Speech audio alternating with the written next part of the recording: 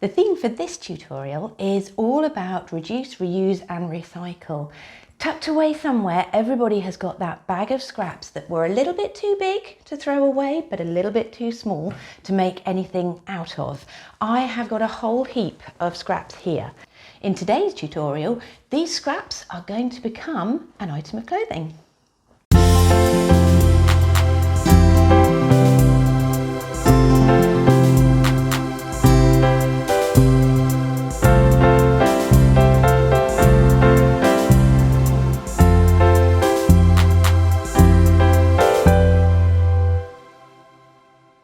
So the inspiration for this tutorial has actually come from a previous Sewing Bee contestant.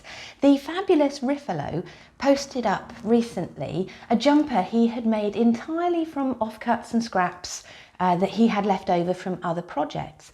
I was having a little scroll through Instagram one evening and my son was looking over my shoulder and he spotted this post and he said he would love a jumper like that.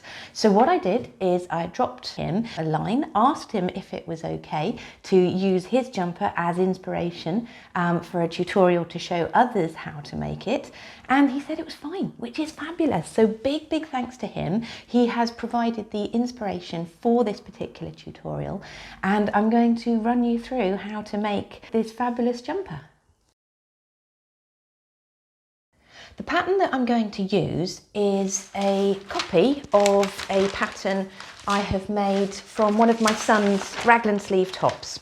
So it's just a simple raglan sleeve top that I've copied onto some dot and cross paper. We've done copying in a number of the previous tutorials, so if you want to pop back and have a little look at how that is done. Equally, if you have an existing pattern that you want to use for this, that's absolutely fine as well. All you need is your pattern pieces cut out to the right size before you start. So as you bring panels of fabric or panels of offcuts back together in that patchwork, you can offer them up against your pattern pieces to see that you're building sections of fabric that are big enough to cut those out of. We are going to need a lot of scraps. So as I was saying earlier, get together everything you've got. You can do a little bit of colour matching, you can go for matching colours, or just go mad. Get all the scraps you've got and combine all sorts of different colours. It works either way. What I'm going to start with is creating that triangle for the middle of the jumper. I've got some scraps of fabric here, this bit of jersey, because they're not all the same. This bit is a little bit thinner than the others, so I'm actually going to use 2 layers for that one. And what I'm going to do is I'm just going to begin to fold the fabric into roughly that triangle shape. When I have it the right size and dimensions, I'm going to grab my iron and I'm going to press it so that those creases can then guide me as to where the seam lines are going to go as I bring the other pieces of fabric around it. So I'm just taking any old scrap pieces, all funny shapes and sizes, and I'm just going to lay them along the edge of the triangle, and if I can see there's going to be a big gap somewhere, I will then pop another bit of fabric over the top of that. But I'm not too concerned, because I'm looking to use up as much of these scraps as possible, I'm not too concerned about the grain of the fabric going the right way for this particular panel. And once I'm happy with what I've laid out, I am going to begin to just roughly pin those panels together. And once they're pinned together, they can then be sewn together. And actually we're going to do a little bit of twin stitching on these as well.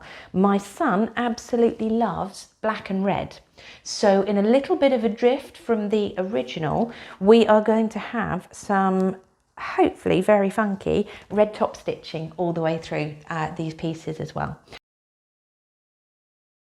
So with everything pinned, I'm going to then offer up my pattern piece for the front of my jumper and just check that we are able to get that triangle nicely centered in the middle of the pattern piece, and right out to each edge we are able to fit the whole thing on. And as luck would have it, We can. So I shall now move on to creating each of those long panels that are going to go round the side of my triangle, and then I will attach them to the triangle as well.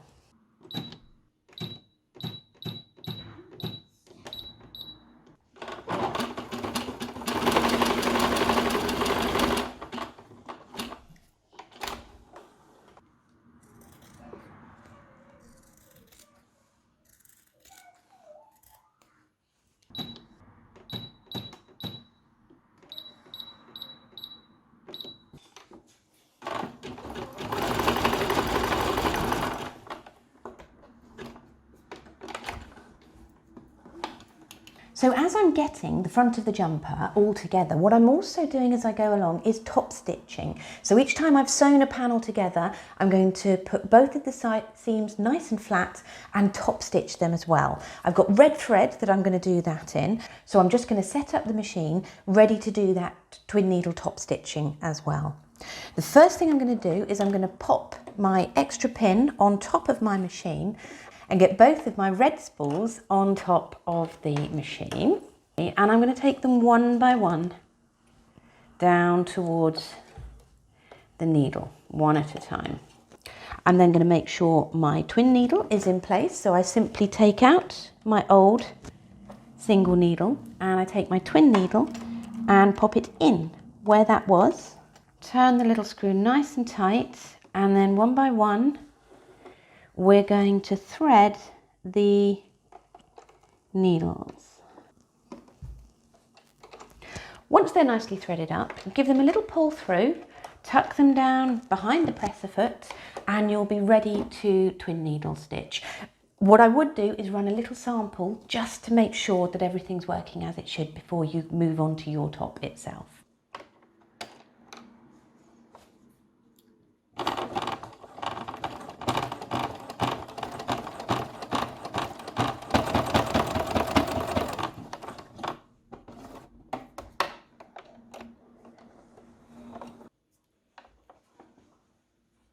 So for each panel, I'm going to fold back, pin along that line, and then get it sewn together, working round that triangle piece by piece.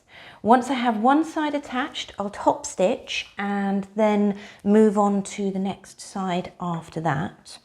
So we end up with the 3 panels that are going round that triangle, all nicely attached and all nicely top stitched. Once I have that laid out, I'm going to give it a really good press with the iron. So I shall make sure everything's laying nice and flat before I move on. And then I'm going to take my pattern piece and I'm going to lay it so it's right in the centre. And the triangle, I'm going to feel and make sure that that is laying nice and straight on the pattern piece. Once I'm happy, I'll get that all pinned on and cut out, and then I can start working on the other pattern pieces as well. Having cut out my front of my jumper, what I also then did was I moved on to create a back of the jumper in exactly the same way. I have created 2 sleeves, again piecing together the separate pieces of scraps, various different shapes and sizes, and top stitching those as well. And what I also went on to do was create some long thin strips just of bits that I could then join back together. Again, they're top stitched and they are going to form the cuffs round the sleeves. They're going to form the band round the bottom of the jumper, and I've got a smaller one here that's going to become the neckline of the jumper as well. Now that I have all my pieces together, I am going to get the shoulder seams sewn, the side seams sewn, and we'll work through that part of the process to get our jumper together. So I'm pinning the sleeves onto the back of the jumper, right sides together along those seams that go down from the neckline to the underarm. Those will be pinned on and stitched into place. I will do the same with the front, so pinning along that front seam that goes down from the neck to the underarm, and I will get those pinned together as well. Get those sewn into place, And then following that, we've got side seam that goes right from the cuff down to the bottom of the jumper. Once all those seams are in place, we can then move on to the cuff, collar, and the band around the bottom of the jumper.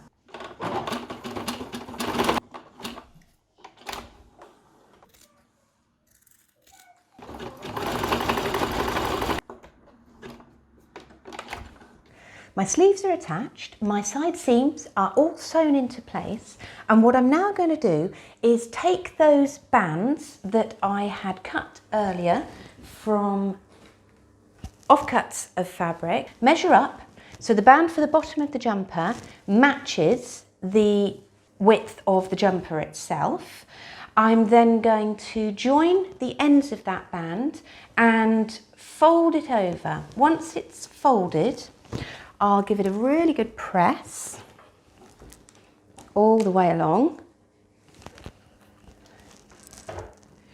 And then once it's pressed, I'm going to start to pin all the way round the bottom of the jumper. And then I'm going to stitch all the way round the bottom of the band there.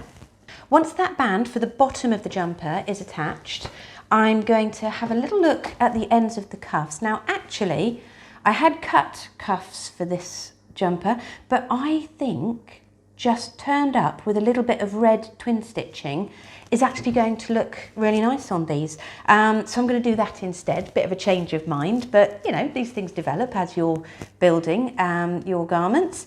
And then after I've twin stitched around the end of those cuffs, I'm then going to turn my attention to the neckband.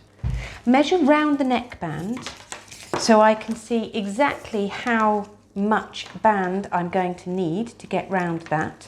I'm measuring all the way round, and there I have 38. Now for a child's neckline, I am going to want to cut that neckband down by 3 centimetres less. So for a grown-up neckband, you would take 5 centimetres off. For a child's neckband, you would take 3 centimetres off. So I'm going to go down from 38 to 35, trim it there, and then rejoin the end and then start to attach that to the neckline. So fold it over, finding quarters of the neckline, quarters of the neckband, and then popping them on, sewing all the way round, making sure you stretch in between to attach that neckband. So I have popped on my neckband, I have popped on the band at the bottom of the jumper, and I have taken the option to twin stitch round the little sleeves of this jumper. So it just remains to give the whole thing a lovely press all over, and I can get my little model to try it on and see how it fits for him. I do hope he's going to be pleased with it. Now, I really hope you've enjoyed this little tutorial. It was more about the scrap busting ideas than it was about the technical aspects this time round. But if you want to check anything about hems, bands, necklines, sewing with stretch fabrics, going over twin needles again, or anything like that, then there's a couple of previous videos, one on making a t-shirt and one on making leggings, that takes you through all of those techniques. So you can mix and match and use the other videos just to make sure you've got everything you need to get through this one, although we have gone through the steps as we go along. Big thanks again to Rivalo for providing the inspiration and the idea and creating an eye-catching jumper that my son liked the look of. I really hope you've enjoyed this, and I'll see you again next time. Bye.